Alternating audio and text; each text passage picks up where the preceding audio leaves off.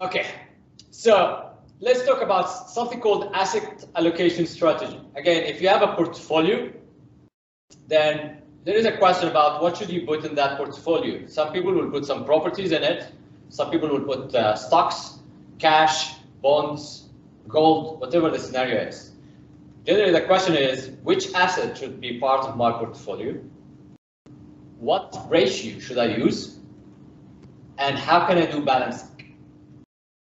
And let's start with balancing first. Let's say that you have a 50-50 portfolio. 50 in stocks ETF and 50 on bonds ETF. So I have $10,000, put 5,000 here and 5,000 here. 3 months down the line, I have $2,000 I want to invest. And guess what? The market went up. So basically the stock did better than the bond. So I get this 2,000, I balance with that 2,000. As simple as that. Why? To return back to the 50-50 strategy that I have agreed to do at the beginning of this engagement or in this. What if the stock went up? Then it's the other way around. The idea is, that's a very good question. So why am I buying bonds, by the way? Why am I buying bonds? Because bonds are cheaper. So buy low and keep it. So the idea here is you normally go and buy the underperforming because at some point, if the stocks start going down to crash, normally the bonds will go up, and I'm going to talk about that in a second. So bonds is normally, as a behavior, is inverse to stock. If stocks are going down, bonds will go up. Yeah. So in this scenario, bonds will go up. Then what to do? Then the stocks are cheaper. Then you get the 2,000, buy stocks, and so on. So this is the question, why bonds are important in your portfolio. And I'm taking that example just to show you. The line in blue is bonds, the line in yellow is the stock market. And basically, if you have a mixture of these two, depending on the ratio yet, it's smoothing the actual behavior later on. So rather than dropping, let's say 50 or 60%, you only drop 40%, you only drop 30%. If you have the right mixture in, then that drop in the stock market, which will happen and it will continue to happen, but also mentally for you, it's better to have that, let's say, easier ride as well. Generally speaking, bonds are considered what we call stabilizing anchor. Normally it is inverse to stock from when the market crash, bonds goes up. Also when the market crash, golds go up. Gold as well, price go up. It minimizes the volatility, as we said. Fixed income, you know that every month you will receive that amount of money. It's given. Yeah. It's safer if you are getting it from a well-known organization, plus A or something. And normally many people use it for pension as well. Yeah. So rather than selling and stuff, they can convert all their portfolio or majority of their portfolio to bonds and just stay on the fixed income or the money coming out. And this is where we start talking about the stocks and bond ratio. Again, as a recommendation, in your early life, majority of your portfolio should be on stocks. As you grow older, you start to move toward the bonds. Yeah. How many ETFs should I have? Normally recommended, you should only have 2 or 3 maximum. Why? Again, to minimize the cost.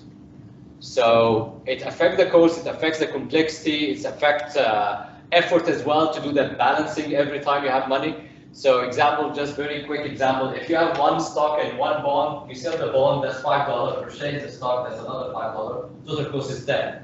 Whereas if you sell the bond 5 and then purchase 3 stocks, that's 15, that's 20. Again, very simplified, but the point is, don't go in a journey to every time I like this ETF, let me go and buy it. I like this ETF, let me go and buy it. Before you start, you need to sit and think about which ETFs you should use. which is our next question. Very quickly, low cost, index, and Irish for non-US. Some highlights, VWRD, we spoke about that early on. Again, very low risk, extremely diversified. Average return is 9.99%. Again, of course, the last 20 years or something. As you can also see, majority of it as well in the US. Yeah.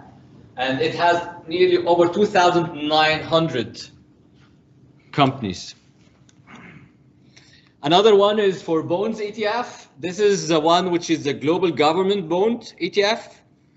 And this is another one for the USD Treasury bonds. Yeah. Okay, let's talk about portfolios and ratios. This is the simple one. 90% in VWRD and 10% in VDTY. Yeah. You can change that. The ratio itself is really up to you. If you are not comfortable about having 90% in stocks because you still see that as a risk, then go with 50-50. Go with whatever. Just give it a try, I would say. Yeah. Ideally, early stages, accumulate a lot on this. Another twist to this is, another way to do this is to use your age. So for example, I subtract that from 100. So let's say you are 40, then stock to bond is 40 to 60. Another way of doing it. If you don't know, then that's another way of doing it. Another twist to this is to think about where you are going to retire. And when you start thinking about where you want to retire, you need to also to make sure in your portfolio you have something related to that country.